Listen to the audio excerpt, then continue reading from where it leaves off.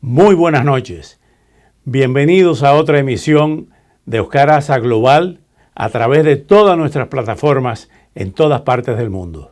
Son las 8 de la noche en la ciudad de Miami, en la costa este de los Estados Unidos. Originamos este programa desde aquí, desde la capital del sol, Miami. Y justamente la noticia de las últimas horas ha sido la muerte del jefe terrorista de Hamás a manos de la Fuerza de Defensa israelí, Yahya Sinwar.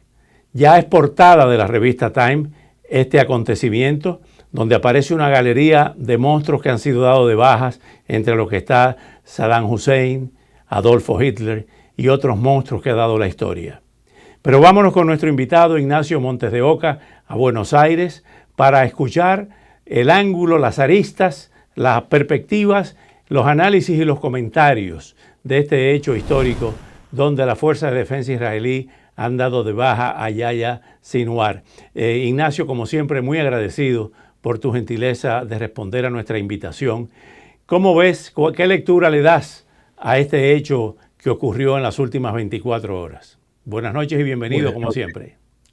Como siempre, es un gusto. El primer análisis que uno hace es de alivio, porque lo que se ha logrado es neutralizar al autor primario de la masacre del 7 de octubre, el responsable de la muerte de 1.200 personas, de una manera atroz. Entonces, uno no puede más que, no digo alegrarse, porque alegrarse por la muerte de ajena no es correcto, pero sí puede sentir cierto alivio porque ha sido neutralizado a uno de los principales y más violentos actores de Medio Oriente. El análisis que uno puede hacer, además, es que Israel está logrando una victoria militar sobre Hamás en Gaza y también que está cumpliendo uno de los tres objetivos primarios. Uno era derrotar la presencia militar de Hamás, el segundo era asegurar las condiciones de seguridad y el tercero es lograr la libertad de los rehenes. Por lo menos el primero está conseguido, el segundo está en vías de lograrse y el tercero todavía está pendiente, así que siempre hay un sabor agridulce frente a esta situación, pero me gustaría agregar algo más. Quisiera desalentar la idea de que Hamás está definitivamente derrotado, porque de acuerdo a los datos que uno puede manejar de la historia y del presente, estamos aún muy lejos de poder anunciarlo. Sin embargo, hay opiniones encontradas, Ignacio, en cuanto a que esto pudiera alejar cualquier acuerdo, cualquier negociación para poner fin a las hostilidades. Sin embargo, las autoridades israelíes señalan que, por el contrario, la eliminación de este terrorista, de este jefe terrorista, pudiera acelerar una salida negociada. ¿Tú crees que esto todavía es posible o estamos muy lejos de eso? Creo que estamos muy lejos. Primero porque Hamás no es solamente una figura de Gaza, si bien controla desde el año 2006 la política en Gaza cuando ganó las elecciones y desalojó por la fuerza a Fatah, que es el otro partido palestino y su opositor. Hamás también está en el sur del Líbano, tiene presencia en el gobierno libanés, también tiene presencia en Cisjordania. Esto es muy importante entenderlo. Es una organización terrorista de mucha extensión. Y además, dos elementos más que me gustaría que se entienda cuando decimos que es muy temprano para cantar victoria. En el año 2004, eh, Israel mató a Ahmed Yassin, el fundador de Hamas. El 31 de julio pasado, Israel mató a Ismail Haniyeh en Teherán, el jefe político de Hamas. Y en ninguno de los dos casos se logró la destrucción del grupo guerrillero. Y el tercer elemento, me parece que es muy importante entender que hay una distancia cultural entre lo que nosotros consideramos como el valor de la vida y lo que se considera dentro de un grupo islamista. Para nosotros la muerte de Sinwar o de cualquiera de estos personajes nefastos es una victoria, pero dentro de estas organizaciones nace un mártir, no es necesariamente un hecho negativo, y a partir de ahí se convierte en una figura mitológica que sirve para reclutar nuevos adherentes. Es importantísimo entender esto. Lo que para nosotros es una victoria, no necesariamente para Hamás es una derrota.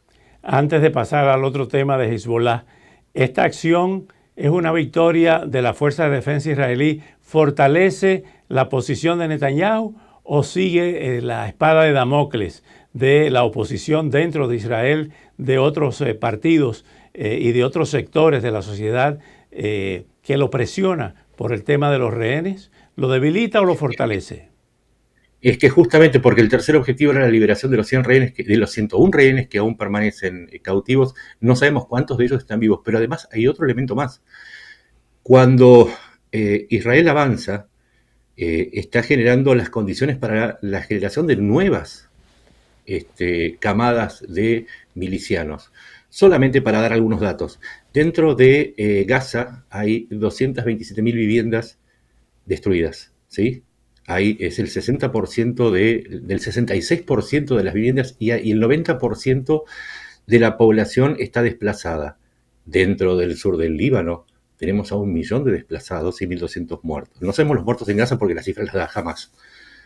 Pero lamentablemente, y esto Netanyahu es algo que tiene que valorar dentro de sus políticas, también las victorias podrían generar las condiciones para la regeneración no solamente de Hamas, sino de la Yihad Islámica o de Hezbollah, mediante el aprovechamiento del descontento para reclutar nuevos milicianos que reemplacen a los 38.000 que está derrotando ahora Israel. Es decir, Israel puede ganar, pero hay que observar el proceso en el tiempo y qué es lo que puede generar una victoria de Israel. Ahora bien, ¿tú descartas o ves como más cercano que antes las acciones de Israel directamente contra Teherán? Es cada vez más cercano. Lamentablemente tenemos que ver los hechos en la secuencia entera. En los ataques de abril de Irán contra Israel hubo un 98% de derribos. En el segundo ataque hubo un 87% de derribos. Es decir, bajó la eficacia. Y en los últimos días, lamentablemente, Hezbollah está acertando cada vez más en territorio de Israel. Israel necesita hacer algo, necesita responder porque está rodeado de un entorno muy hostil. Y si Israel no demuestra un carácter estratégico firme y no devuelve y no represalia los ataques, entonces la disuasión no funciona. Lamentablemente Israel tiene que contestar, no tiene muchas opciones. Estamos en los Estados Unidos en una situación interesantísima, como dirían los chinos, y es que estamos a pocos días de unas elecciones que pudieran definir el hiato aquí en un sentido o en otro, con la victoria nuevamente de Donald Trump o con la victoria de la vicepresidenta Kamala Harris. ¿Esto va a ser un factor definitivamente gravitante en la situación del Oriente Medio con relación a Israel? Por supuesto, porque hay dos posturas que son absolutamente opuestas. Mientras Trump le da un apoyo irrestricto a Israel y no le pone ningún tipo de condicionantes, Harris propone explorar la salida de los dos estados y esto implica incorporar a los palestinos como un actor de la negociación, es decir, canalizar, ya no desde lo bélico, sino hacia la negociación. Estas posturas seguramente van a tener un impacto muy fuerte porque justamente los contendientes tienen que decidir respecto a lo que podría llegar a ser el mayor aliado que tiene Israel. Tanto lo que hace Israel como lo que hace Irán, sabiendo de la falta de este apoyo o no, o del condicionamiento de este apoyo, pueden tomar medidas en uno u otro sentido. Lo que sí es cierto es que, y agregaría algo más, independientemente de lo que suceda en Estados Unidos, Israel cada vez decide más de acuerdo a sus intereses sin esperar la opinión de la Casa Blanca, y ya avisó Netanyahu. Nosotros vamos a seguir la guerra de acuerdo a nuestros intereses, sin importar quién gane las elecciones. Es una situación verdaderamente de mucha tensión la que hemos estado viviendo y la que se espera. Ahora bien, una pregunta creo válida es quiénes son los palestinos.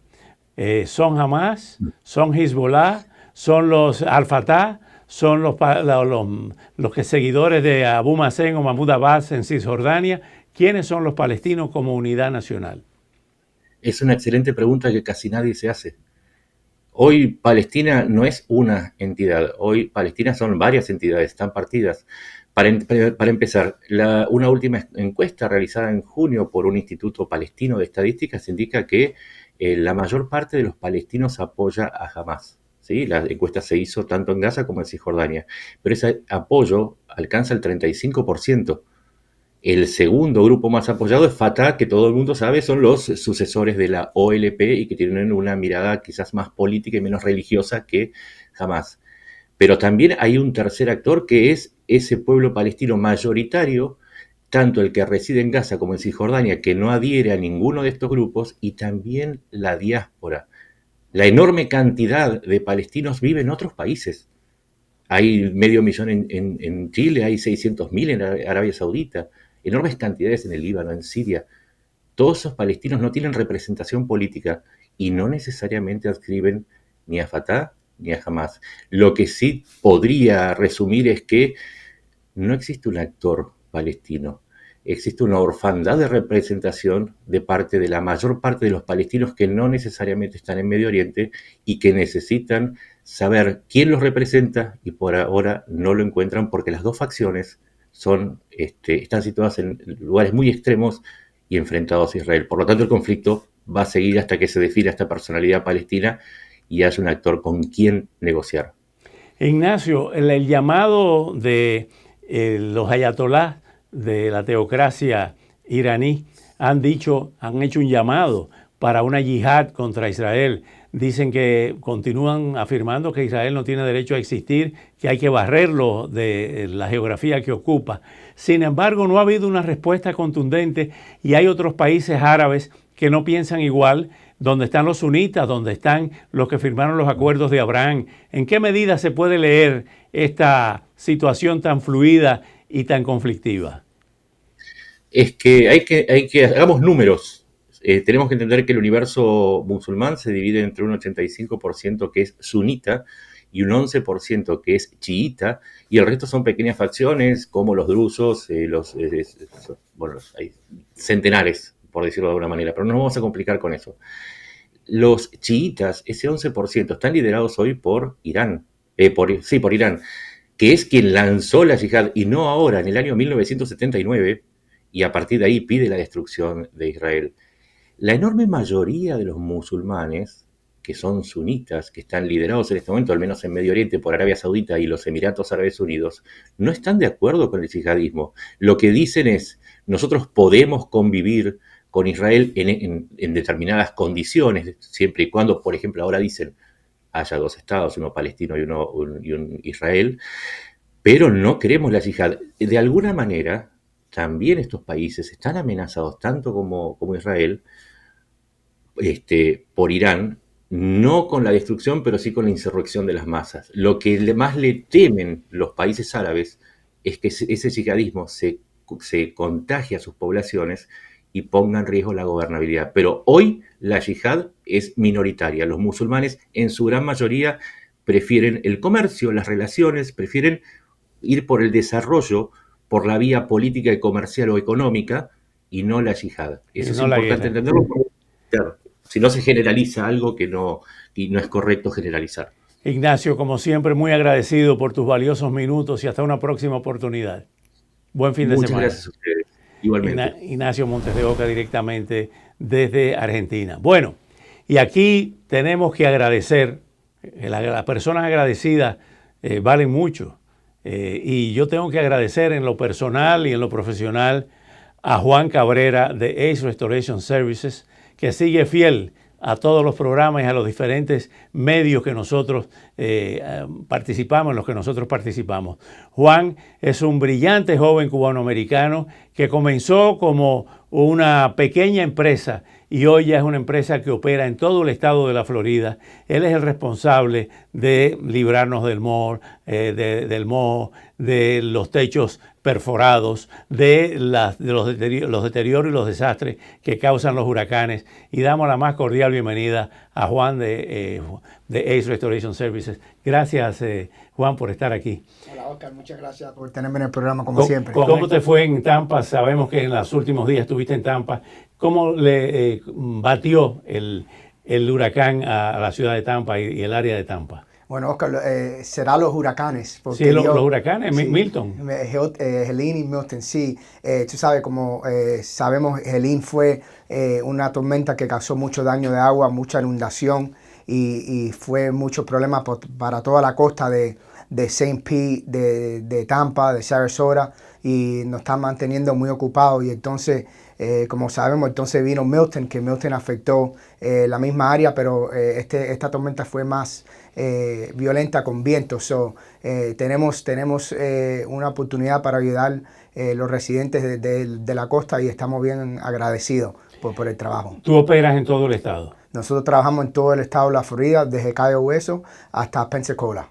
El Panhandle. El Panhandle. Ya. Y mayormente, ¿a qué se dedicaron ahora con los huracanes? ¿A las inundaciones, a las marejadas? Sí, primero lo que hacemos cuando una casa se inunda es ayudar a los clientes con el problema del agua, sacar todo el agua de su hogar o negocio y también secar todo para tratar de prevenir el moho, pero el moho no perdona en la Florida con toda la humedad que tenemos. Estamos tratando de ayudarlos sacando todo sus contenidos personales y también secando todo y con todo el daño de Milton con los vientos, le estamos instalando carpas y eso en el techo para tratar de prevenir más daño de agua. Vamos a recordar el teléfono, a llamarte. Nuestro teléfono es 786-732-2779 y nos pueden encontrar en el web en acetouriststore.com. Juan, gracias por tu lealtad. Gracias, Oscar. Y justamente nos estamos viendo ahora en todo el mundo y en toda la Florida, que es donde tú operas fundamentalmente. Sí. Éxitos, como siempre. Gracias. Gracias a ti. Regresamos en breve con más invitados sobre el desarrollo de los acontecimientos de actualidad, de palpitante actualidad.